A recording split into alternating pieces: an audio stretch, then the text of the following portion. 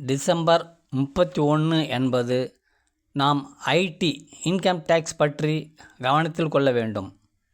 இந்த தேதிக்கு முன்னர் ஐடியை தாக்கல் செய்துவிட வேண்டும். தவறவிட்டால் கூடுதல் வட்டியால் மேலும் சட்ட சிக்கல் ஏற்படும் அபாயம். இதனால் பொதுமக்கள் எச்சரிக்கையுடன் செயல்பட வேண்டிய நிலை உருவாகியுள்ளது.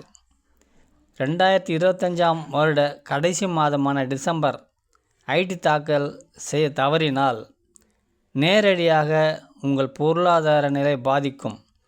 குறிப்பாக வருமான வரி போன்ற விஷயங்களால் அலட்சியம் காட்டுவதால் பெரிய சிக்கலாகிவிடும். 2024-2025 ஆண்டுக்கான நிதி வருமான வரி ஐடி இதுவரை தாக்கல் செய்யாதவர்கள் வரும் 31/12/2025க்குள் கட்டாயமாக ஐடியை தாக்கல் செய்துவிட வேண்டும்.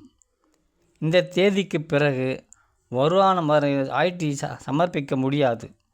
தாமதமாக தாக்கல் செய்தால் ஆண்டு வருமானம் சுமார் 5 லட்சத்திற்கு குறைவாக இருந்தால் 1000 ரூபாய் அபராதமும், 5 லட்சத்திற்கும் அல்லது அதற்கு மேல் இருந்தால் 5000 ரூபாய் அபராதமும் விதிக்கப்படும்.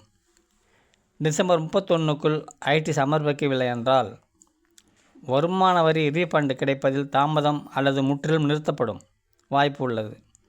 மேலும் வருமான வரி சட்டத்தின் கீழ் அபராதம், வட்டி விதிக்கப்படுவதால் மேலும் வரி சுமை அதிகரிக்கும்.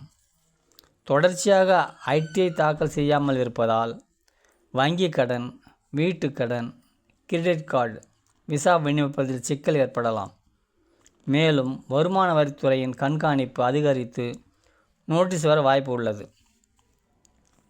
இதற்கிடையே 2024 அக்டோபருக்கு முன் ஆதார் பெற்றவர்கள் பான் எண்ணை இணைக்கவில்லை என்றால் 31 டிசம்பர் 2025க்குள் கண்டிப்பாக இணைக்க வேண்டும். தவறினால் பான் நம்பர் செயலிழக்க வாய்ப்பு உள்ளது. இதனால் வங்கி பரிவர்த்தனை, முதலீடு மற்றும் ஐடி தாக்கல் போன்ற செயல்பாடுகள் பாதிக்கப்படலாம்.